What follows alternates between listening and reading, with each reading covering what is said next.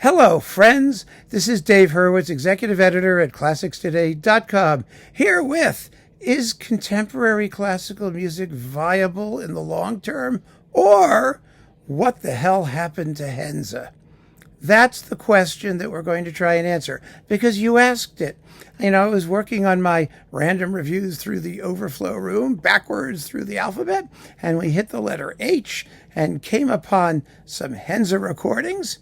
And, you know, notwithstanding the fact that he and I didn't get along interpersonally, he wrote plenty of good music and tons of music, lots of music, especially his theatrical works. You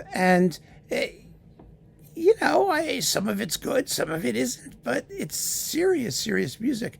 But the interesting thing is that at the time that he and I had our falling out, the reason it mattered is because he was being promoted like crazy.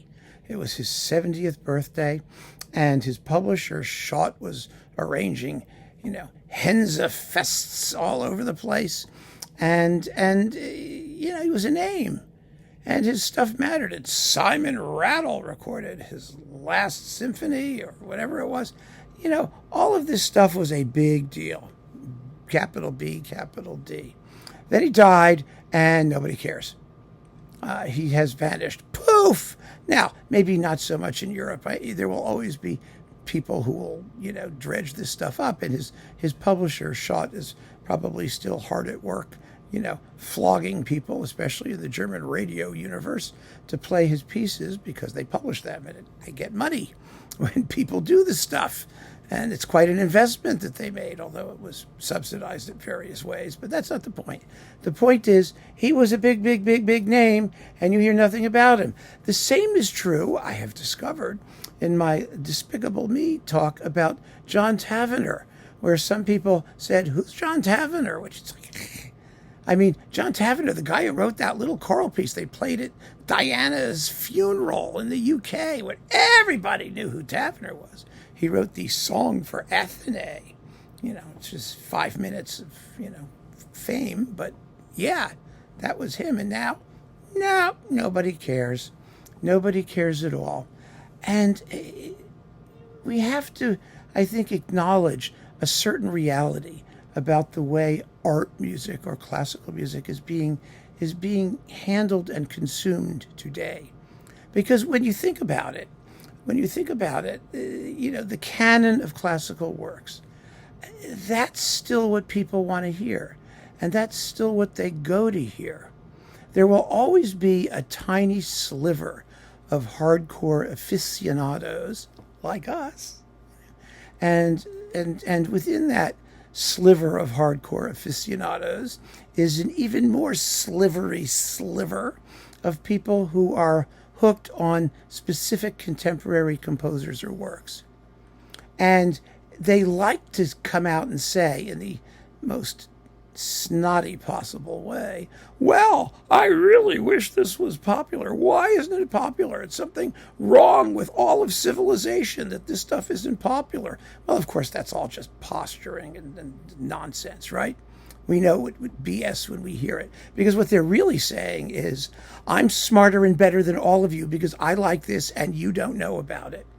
And that's the only thing that interests them, how ennobled and superior it makes them feel. If it were truly popular, really popular, they'd hate it because it's popular. I mean, these are the same people who are looking down on everything that's popular. So if you think that, you know, the fact that Henze or Tavener became a household word would please these people, I mean, come on. Let's get serious, right? Yes, what do you want, honey? It's Finster. There she is. Hey, Finster. Hello. Yeah, how you doing? So obviously that's not going to happen. It's not going to happen. But even forget those people. Just think about what the mechanics are of having contemporary pieces join the classical canon. How did the classical canon get there in the first place?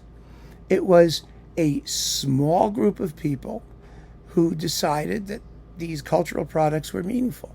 And it was a small group of people. Remember, back in the days, before electronic media, before radio, before recording. The only way that this happened is if you went to make music live.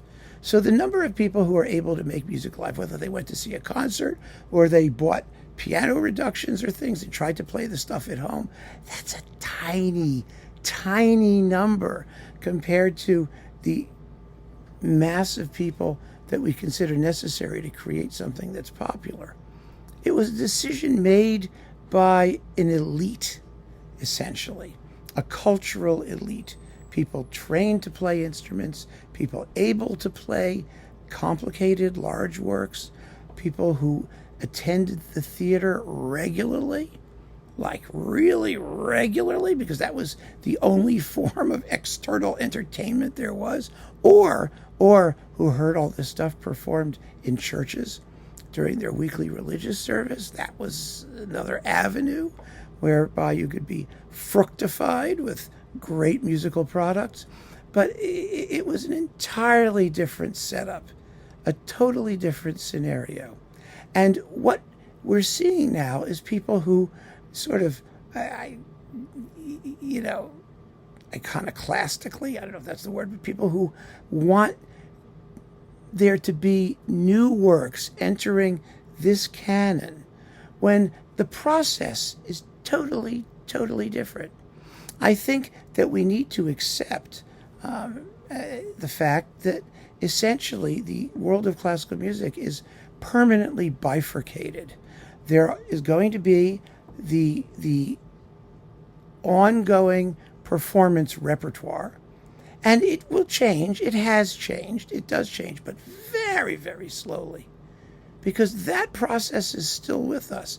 The people who decide what goes on concert programs, the people who attend concert programs, the works that people will get up and go hear, it does change. Mahler symphonies, they entered the domain of standard classics, of certifiable classics. Bruckner symphonies as well. They're older music, but you can't hold that against it because it just takes so much time. You have to give it the time. And in the case of somebody like Mahler, okay, so it was 50 years, 60 years after he died. People think, oh, well, that's old. It's not old. Old is geological time. Old was the Paleozoic period, or whatever, the Permian thing, and the Danubian extinction, and whatever you call that stuff. Geological time, that's old. 50, 60 years, it's nothing. Absolutely nothing. So yes, there are changes. Things do come and go in the standard repertoire, the basic performing repertoire. But next to that, there are recordings. And I think we simply have to be content with the fact that most contemporary music is going to exist because it gets recorded. And that's the only reason it's going to exist. It's not going to get played. And it's not going to get played for the simple reason that nobody much wants to hear it. I mean, realistically, who gets up in the morning and says, oh, I got to go hear my Henze?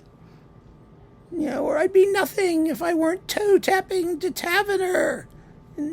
Nobody does that, except for that tiny sliver of people whose lives depend on judging themselves superior to the rest of humanity because they have this odd fixation on these contemporary figures. And it may be great composers. It's not about quality of the music. It's about accessibility and reception and the means by which people encounter this stuff. And who has time for everything else? Sure, the Henze people or the Tavener people are having orgasms over Henze and Tavener. They're probably not listening to George Lloyd. They're probably not listening to Telemann Wind Concerti. They're probably not listening to the tens of billions of other equally neglected recorded works, because there's just not enough time in a life, not enough physical time, and they're not getting the same validation from listening to that other stuff. So they don't. And then they bemoan the fact that the universe is not playing this stuff constantly and everybody's not out listening to it. Well, here's a news flash. It's never going to happen because it's not reasonable to expect that it should. It's a totally false and illegitimate claim to be making, that we should all be, bemoaning the fact that these pieces are not more popular. They're not going to be. And in the case of modernist composers, they're never going to be. They're never going to be because the music just isn't that appealing. I mean, it really isn't. It's not something you'd go out of your way for. You may, aside from people who like to inflict oral pain on themselves, you may decide that, Alan Pedersen, who I adore personally, is, the greatest thing since sliced bread. But can you really maintain that music that's atrociously difficult to play, requires agonies of concentration from the audience, is mostly miserable and difficult, and deliberately so? I mean, why pretend otherwise? That people are going to be running around wanting that. And not only that they are going to want it, but the fact that they don't, assuming they'd ever heard of it in the first place, but let's say everybody had the opportunity to hear it, and they all decided, oh God, I want to go spend money to hear that. That's wrong. There's something wrong with culture because people feel that way. That's nonsense. That's nonsense. This is a depressing fact for contemporary composers, I'm sure, and their publishers, and the entire classical music military industrial complex that gets behind certain figures, and promotes the crap out of them, only to find out when they're no longer with us, or the next generation, the next wave happens, that nobody gave a damn about any of the things that they did. But that's the nature of the business. That's simply what it is. It's neither good nor bad. It just is. And the fact that all of this stuff gets recorded, or most of it gets recorded, lots of it gets recorded, God knows more than enough gets recorded, and people can find it and enjoy it if that's what they want to do. That's what the classical music industry, market, cultural universe, that's what it has become. It's two things. It's simply the museum of performance, of recorded performance, which changes very, very slowly and gradually incorporates certain more recent things, more recent being anything in the past 100 years or so or more. Think of all the things that the period instrument movement has revived that nobody was touching for generations. Handel operas, that's new music. For most people, that's new music because they haven't heard it before. Anything that you haven't heard before is new, whether it was written 5,000 years ago or yesterday. If you haven't heard it before, it's new. And so there's no point in making a distinction between something that was really, really, really recent in terms of composition or something that simply was revived, having been dormant for centuries. It makes no difference. It's new. We need to just, I think, take a step back when we ask these questions and look at what's really happening, what our opportunities are to encounter this music, and what is the likelihood that people are going to. And not get all up in arms about, how the mode of reception is somehow evil and somehow, is an indictment of our entire musical culture. I've said this so many times, this is really just entertainment. That's all it is. And people have a right to be entertained in any way that they want to be entertained. And there is no right way or wrong way to be entertained. And with all that we have now to choose from, you've got to ask yourself, how much time are people going to dedicate to searching through all of this stuff for the purpose of finding an hour or two of entertainment? It's a tough question, an interesting question, a very interesting question. And it's one that I come back to quite frequently because, of course, I talk about tons of this music.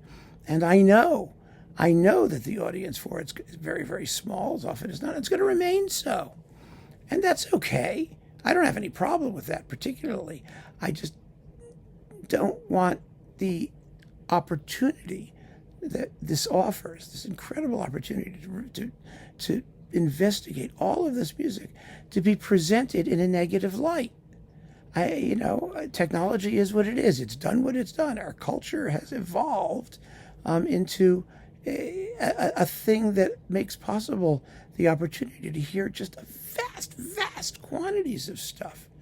But it's an option. It's not a necessity. And it never will be. And we just have to, I think, learn to accept that and to enjoy what we enjoy and not worry about how it's all going to shake out in the future. It will. It has. And that's all that we can say about it. So keep on listening, friends. Thanks for joining me. Take care.